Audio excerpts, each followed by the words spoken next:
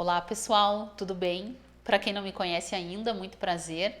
Eu sou a professora Juliana Oliveira e hoje eu estou aqui para nós trabalharmos a disciplina de História, o módulo 1 da etapa 2, ok? O primeiro tema que eu separei para que a gente faça uma análise é a Revolução Industrial. Nós estamos falando aqui de um processo que tem início na Inglaterra a partir da segunda metade do século XVIII, ou seja, lá pelos anos de 1760. O que foi a Revolução Industrial? É uma transformação na maneira de produzir, na maneira como nós nos relacionamos com o trabalho também.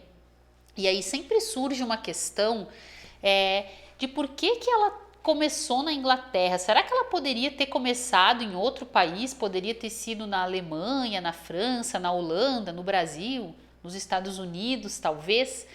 Qual era o contexto inglês, o contexto britânico, né, que fez com que esse fato se desenrolasse inicialmente lá? Claro que o início foi na Inglaterra, mas a Revolução Industrial ela se expande depois para o resto do planeta todo, né? Ela se expande para o resto do continente europeu, asiático, americano, enfim, ela vai se expandindo aos poucos por todas as outras regiões do planeta. Mas nós vamos ter ali motivos bem específicos que vão fazer com que neste momento, em 1760, segunda metade do século XVIII, somente a Inglaterra tinha condições para que esse fato se desenrolasse lá. E a gente vai ver aqui então as causas do pioneirismo inglês, ou seja, porque a Inglaterra foi pioneira nesse processo de transformação da maneira de produção.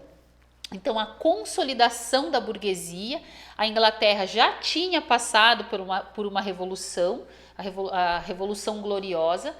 A burguesia da Inglaterra já estava fortalecida, ou seja, eles já viviam nesse momento num regime, o parlamento deles já estava bem estabelecido, já era uma monarquia parlamentarista, que inclusive eles continuam até hoje, ou seja, ainda existe lá a rainha da Inglaterra, Elizabeth II, e toda a família real, aquela coisa toda, aquela pompa. E tem o parlamento, que são as pessoas que de fato tomam as decisões. Tem o primeiro-ministro, que atualmente é o Boris Johnson, vocês devem conhecer, pelo menos já ouviu falar. Então, o parlamento é quem de fato toma as decisões.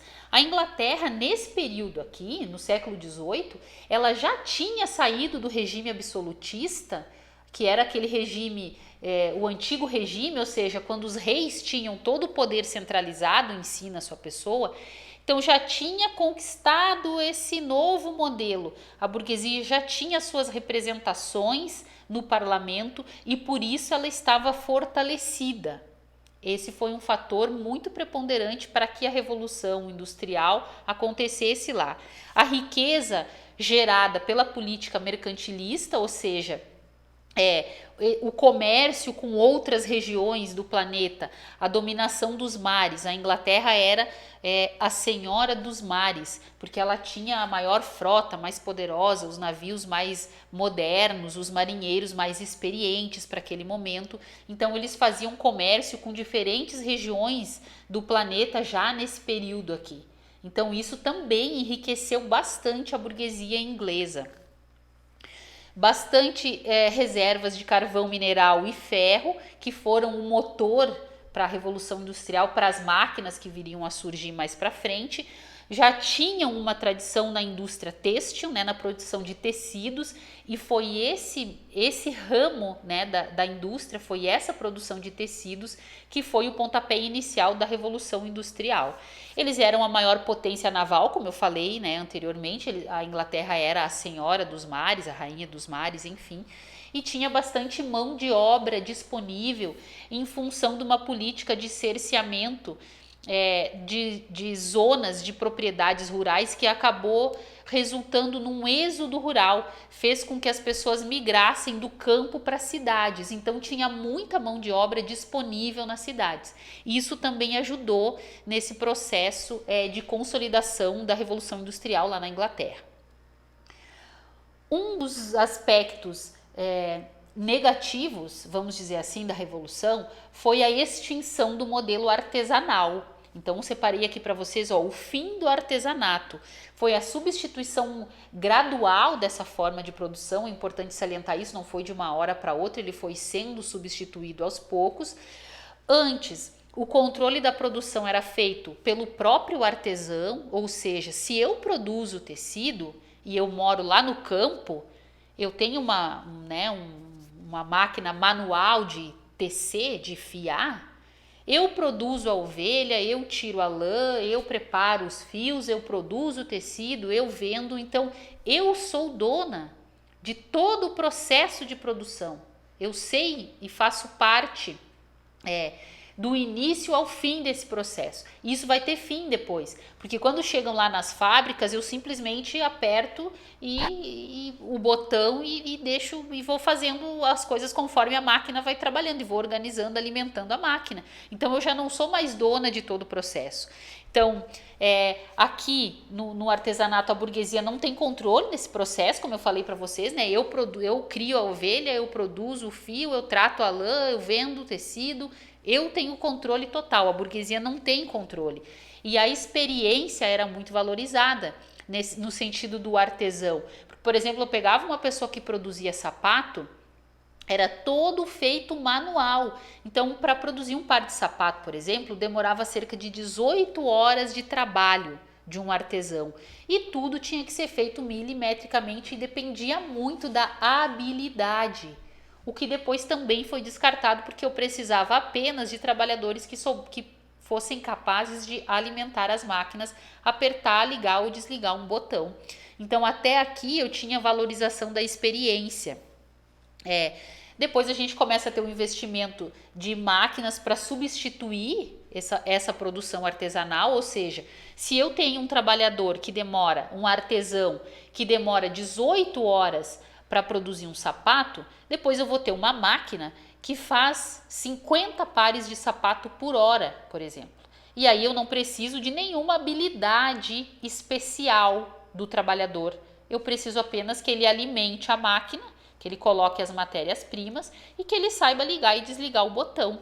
Então vocês percebem que a mudança ela vai acontecendo e ela vai eliminar, né, o modelo de produção artesanal. A máquina vai tornar o artesão obsoleto, ou seja, ele não vai mais fazer parte, ele não é capaz mais não tem mais funcionalidade dentro desse novo modelo, né? Então a gente vai ter o surgimento das máquinas, a aceleração vai ser financiada pela burguesia inglesa, que já é muito rica em função daquele processo mercantil que eu acabei de explicar, e também porque eles tinham poder político, porque eles já tinham representantes no parlamento, eles já tinham conquistado esse modelo de monarquia parlamentarista. Então a burguesia tinha dinheiro vinda desse processo do mercantilismo e eles tinham poder político, então poder econômico, poder político, tiveram condições de financiar essa revolução, financiar a produção das máquinas, enfim. A máquina escraviza o trabalhador no sistema fabril, e o escraviza aqui é no sentido de que quando o trabalhador inglês ainda era no regime artesanal, lá no interior, na zona rural, ele mesmo fazia o próprio horário. Então, por exemplo, os ingleses têm o hábito de tomar o chá das 5. Então, se às 5 horas eu paro, tomo o meu chá, se eu quero trabalhar durante a noite, se eu quero trabalhar mais de manhã, se eu preciso parar para fazer o almoço, para cuidar das crianças, enfim. A partir da chegada da máquina e das indústrias, a vida do trabalhador, porque ele vai ser expulso do campo e forçado a vir para as cidades, justamente como mão de obra para essas indústrias, vai sofrer essa mudança, porque a partir daqui ele fica escravo do relógio da máquina. Tem um filme do Charlie Chaplin, talvez vocês conheçam, se chama Tempos Modernos, é um filme bem famoso dele, que ele representa muito bem esse processo do trabalhador escravo do relógio, né? Quando dá o sinal da fábrica, assim, ele começa a trabalhar enlouquecido, apertando parafuso e não para. E depois, quando toca o relógio para terminar o turno, ele sai apertando parafuso de todo mundo, porque é aquilo tipo meio que automático no trabalhador, porque ele passa o dia todo fazendo aquilo. Então percebam que ali no filme, ele representa muito bem esse processo de que aquela experiência, aquele detalhe já não precisa mais. Eu preciso de trabalhadores que façam coisas mínimas, aperte um parafuso, aperte um botão, alimente a máquina com a matéria-prima. A exploração do trabalho infantil e feminino também vai ser algo bem marcante aqui. Nós não tínhamos nenhum tipo de legislação trabalhista, né? Os trabalhadores chegavam a trabalhar 16 até 18 horas por dia, 7 dias por semana.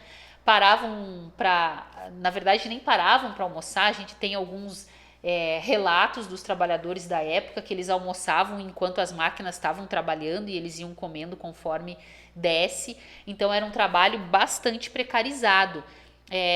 Os próprios trabalhadores ingleses é que iniciaram a luta por direitos trabalhistas já no século XIX. A urbanização, ou seja, esse processo de trazer as pessoas do campo para a cidade, a criação das indústrias e o desenvolvimento desse modelo de trabalho, de produção, acabou gerando muita miséria nas grandes cidades, nos grandes centros ingleses, Liverpool, Manchester, a própria Londres, que é a capital,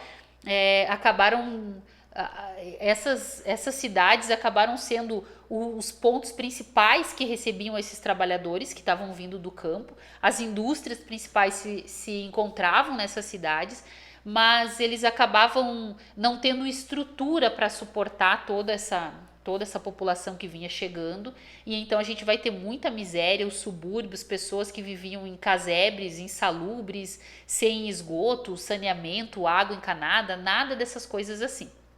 Então ali a gente vai ter um aumento exorbitante da população urbana, que é o pessoal que está vindo do campo para trabalhar nessas fábricas, visto que o pessoal perde as suas terras em função da política dos cerceamentos, que eu já falei no início, né?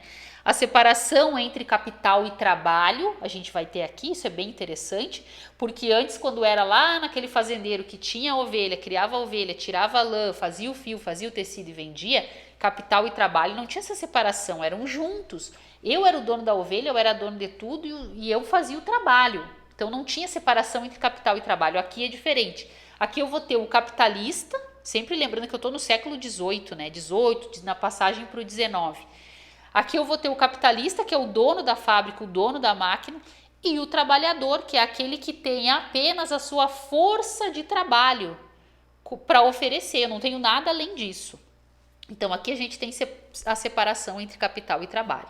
Mais ou menos 16 horas de trabalho por dia, até 18, mulheres e crianças trabalhavam igual.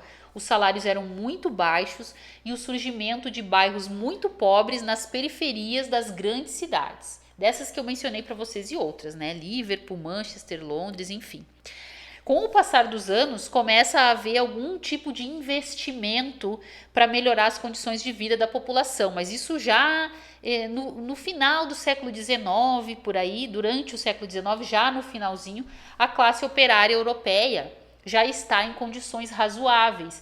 Isso tudo porque os trabalhadores começam, durante o século XIX, a lutar por direitos, principalmente a conquistar os direitos políticos, que vocês vão ver lá na aula de filosofia da etapa 3. Os direitos políticos vão ser conquistados a partir da luta dos trabalhadores ingleses pelo direito de votar e ser votado, porque eles precisavam ter representantes no parlamento inglês que criassem leis que os favorecessem, que diminuísse pelo menos a exploração e lhe desse melhores condições de trabalho.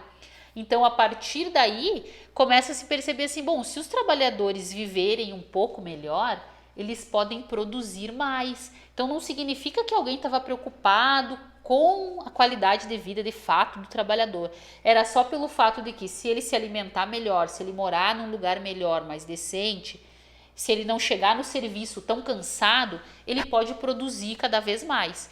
Então, dentro dessa lógica, alguns direitos foram sendo conquistados pelos trabalhadores ingleses e já no final do século XIX, como eu coloquei ali, a classe trabalhadora europeia já como um todo vai ter condições razoáveis de vida, tá? Então, como é que se dá essa conquista de condições razoáveis de vida? A partir da organização dos trabalhadores, tá? Então, a resistência operária organizada. Eu gosto dessa imagem que eu coloquei nesse slide, eu gostaria que vocês prestassem atenção, que foi um cartaz feito por alunos do terceiro ano do ensino médio do Instituto Federal do campus Farroupilha. Era um trabalho deles de história e eles montaram, então, pegaram uma imagem do filme que eu mencionei para vocês, do Tempos Modernos, do Charlie Chaplin, e eles escreveram o seguinte: Tempos Modernos, ser uma comédia, mostra como todos consideram nossas condições de trabalho uma piada. Porque o filme é muito engraçado, mas na verdade ele é a representação da maneira como os trabalhos são organizados nas fábricas. Então, ao mesmo tempo que a gente assiste o filme e acha graça, mas será que a gente para pensar, tá, mas eu também trabalho meio parecido com esse cara aí do filme, será que é alguma coisa engraçado isso? Então, é uma reflexão que os alunos deixaram ali. Achei muito interessante, por isso eu utilizei aqui com vocês, para fazer até uma menção aí ao pessoal do terceiro ano do ensino médio lá do Instituto Federal. Então, a resistência operária organizada. Como é que os trabalhadores se organizaram para conseguir ter condições razoáveis de vida, né, de trabalho já no final do 19? O movimento ludita, um movimento bem radical, que se propunha a estragar as máquinas, a quebrar as máquinas como forma de protesto. Tinha o movimento cartista, que lutava pelo sufrágio universal masculino. O sufrágio é o direito de votação, então é a votação universal, assim, que todos os homens pudessem votar, claro que dentro daquelas categorias, talvez maior de idade, enfim. Lutava também para que o voto fosse secreto, eleições anuais para o parlamento, pagamento dos parlamentares, né, que eles recebessem alguma remuneração, e a representação política dos trabalhadores, né, do proletariado. Então aqui entra um pouco daquilo que eu falei para vocês da luta pelo direito de votar e ser votado, né, o movimento cartista. E também a gente vai ter o início da formação dos trade unions, que eram as associações de trabalhadores, os grupos que se transformaram mais ou menos no que hoje a gente conhece como os sindicatos. Tranquilo? Então até aqui umas pinceladas sobre a Revolução Industrial. Claro que é um tema muito complexo, a gente poderia ficar muitas horas aqui falando, mas esses aqui são os pontos principais para vocês terem uma noção de como esse processo que transformou a nossa maneira de trabalhar, né? A maneira como nós trabalhamos hoje, melhor colocando, não foi sempre assim. O homem, a humanidade, ela não viveu sempre dessa forma, não trabalhou sempre dessa forma. A nossa maneira de trabalhar, de vender a nossa força de trabalho para alguém, ela começou num determinado momento, porque um grupo de pessoas achou que isso era interessante e tinha condições de promover essa mudança, que foi a burguesia inglesa. Então, antes disso, a nossa relação com o trabalho era completamente diferente. Agora a gente parte para um outro tema, mas que acontece quase que simultaneamente ao início da Revolução Industrial. Lembrando que ela iniciou lá na Inglaterra em 1760, o Iluminismo é um movimento que inicia na França mais ou menos no mesmo período, também já na segunda metade para final do século XVIII. Um movimento intelectual que surgiu no século XVIII na Europa, basicamente na França, e que defendia o uso da razão, da luz, da iluminação. Por isso que o nome é iluminismo, é como se o homem saísse das trevas e chegasse na luz. Sabe quando a gente tem uma ideia, um insight nos desenhos, principalmente aparece aquela lâmpadazinha assim, plim, brilhando? É quando a gente tem uma ideia, uma luz, uma iluminação. Por isso que esse movimento se chama de iluminismo.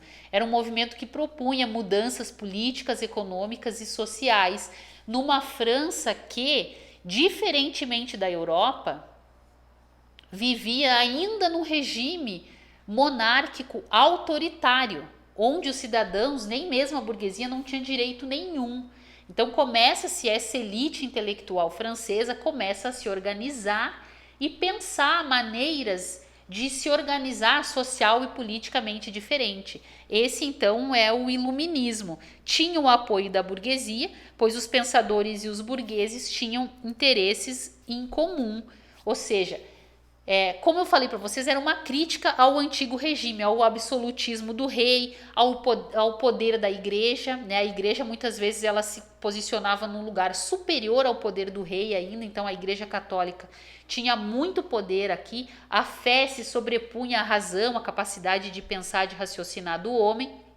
Então, os iluministas eles questionavam bastante isso, principalmente o poder absoluto do rei e o poder da igreja, o poder da fé sobre a razão, tá? Então, com base nos 3 pontos citados, nós podemos afirmar que o iluminismo defendia a liberdade econômica, ou seja, a intervenção mínima do Estado na economia. A gente vai dizer que nasce aqui o liberalismo. Tá? O Estado intervém minimamente na economia, o antropocentrismo. O que significa isso? O homem no centro das organizações sociais. Antes a gente vivia numa sociedade teocêntrica, ou seja, Deus era o centro e tudo girava em torno de uma figura que ninguém podia ver, mas que todo mundo acreditava que existia e que a igreja forçava essa crença num Deus. Então tudo girava em torno da existência de um Deus. Com a ascensão do iluminismo isso muda, então a gente sai do teocêntrico para o antropocêntrico, ou seja, o homem é o centro das atenções. A figura do homem, nasce aí o homem moderno, o homem concreto que sabe o que quer, que sabe para onde vai, que tem conhecimentos, que busca o conhecimento sobre as coisas, né? E o predomínio da burguesia sobre os seus ideais. Então aqui um outro ponto interessante que eu quero mencionar, a gente já nos encaminhamos para o final, que tanto a Revolução Industrial quanto o Iluminismo e a Revolução Francesa, que vai vir na sequência, foram todas revoluções burguesas, ou seja, a classe média organizada porque queria conquistar, garantir direitos, conquistar uma posição na sociedade, queria ter, além de ter dinheiro, mas também queria ter poder. Então, Revolução Industrial, Iluminismo e Revolução Francesa, todos movimentos burgueses, tá? Não foram movimentos de trabalhadores. As ideias liberais do iluminismo se disseminaram rapidamente pela população.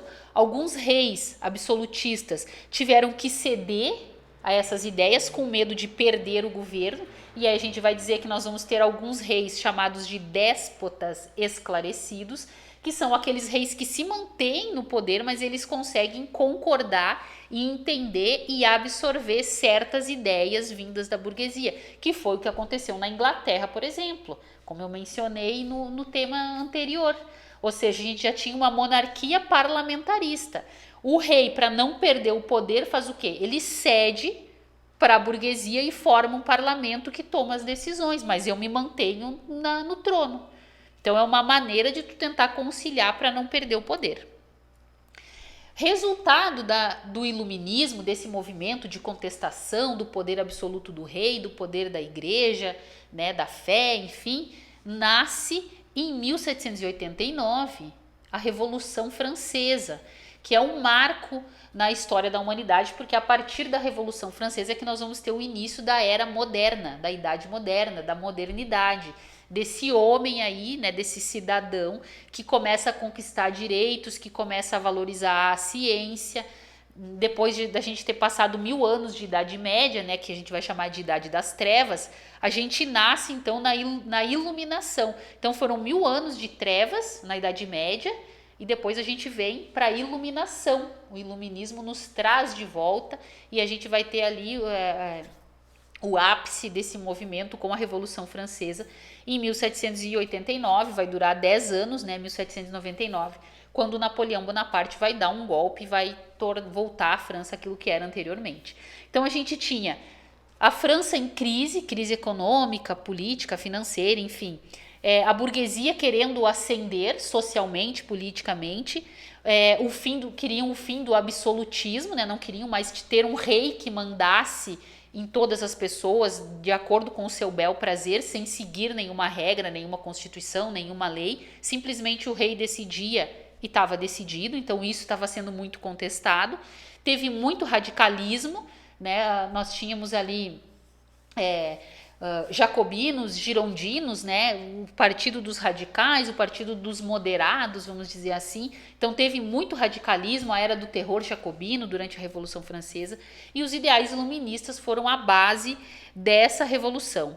O maior acontecimento da história moderna, como eu falei para vocês, ela foi o marco, né, a passagem de uma fase para outra na história da humanidade, a universalização das liberdades individuais, conquistas dos direitos sociais, dos direitos naturais, como eu falei para vocês, como eu mencionei na aula de filosofia da etapa 3, que vocês ainda vão acompanhar, os direitos naturais,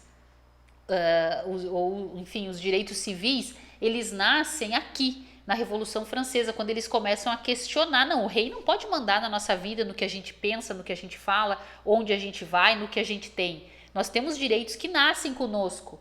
Por exemplo, livre expressão, ir e vir, propriedade, o direito à vida. Não é o rei que decide sobre isso. Então, nesse momento aqui é que o homem começa a questionar e a humanidade, o mundo ocidental principalmente, começa a conquistar esses direitos. A Declaração dos Direitos do Homem e do Cidadão nasce aqui também, que vai ser uma das bases da Declaração Universal dos Direitos Humanos, que vai ser elaborada em 1948, depois da Segunda Guerra Mundial.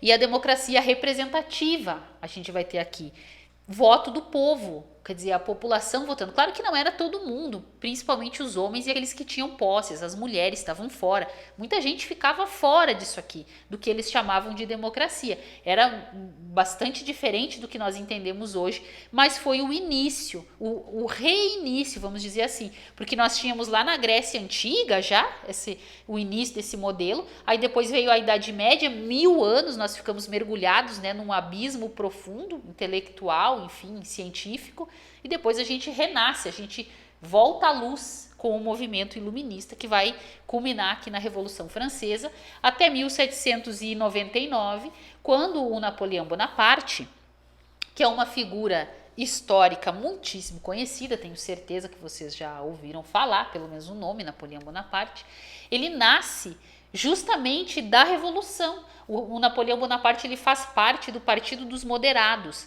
porque a Revolução ela tinha dois partidos, ambos eram revolucionários. Tinham os girondinos, que eram os moderados, os conservadores, e os jacobinos, que eram os radicais.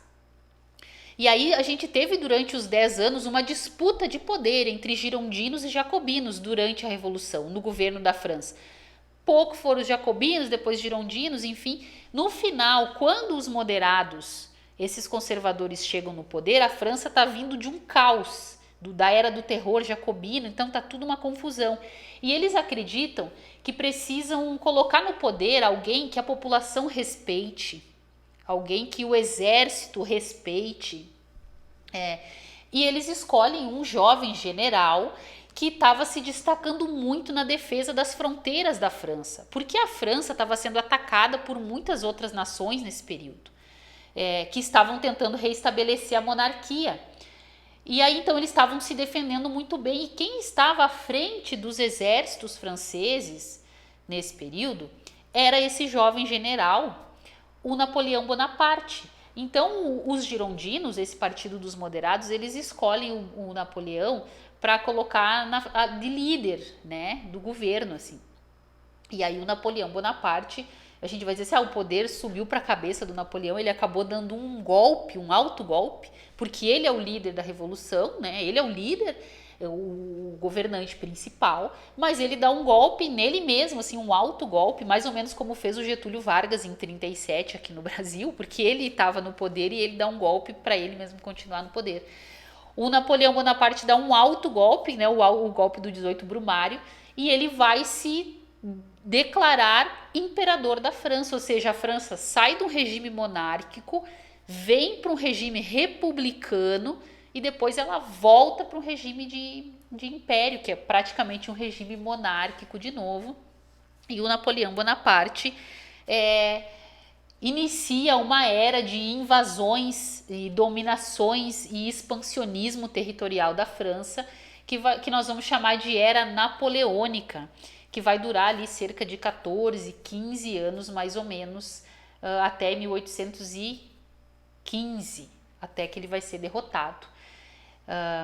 E aí nós vamos ter o final, a França vai se reorganizar politicamente mais uma vez. Certo, meus caros? Eu espero que vocês tenham gostado da aula, gostado do conteúdo. Por hoje era isso, deixo aqui a referência, né, um livro de história geral que vocês podem encontrar todos esses temas e outros. Procurem, tem muitos filmes, documentários no YouTube, enfim, na internet como um todo, sobre esses temas para vocês se aprofundarem mais um pouco. Um abraço a todos, nos vemos na próxima aula.